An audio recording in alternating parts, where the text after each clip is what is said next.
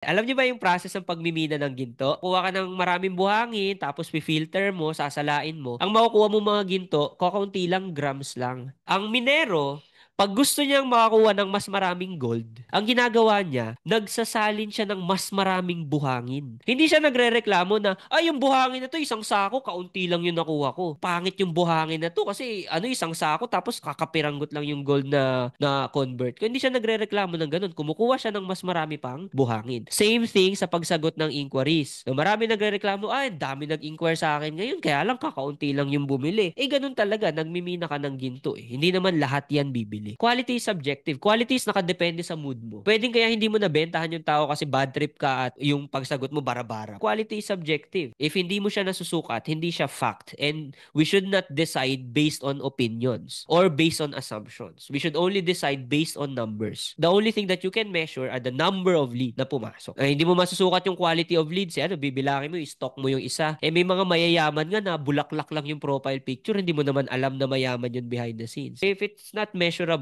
it's pointless to talk about something na hindi mo kayang sukatin. So just focus on quantity. Paramihin nyo lang yung mga nag-i-inquire.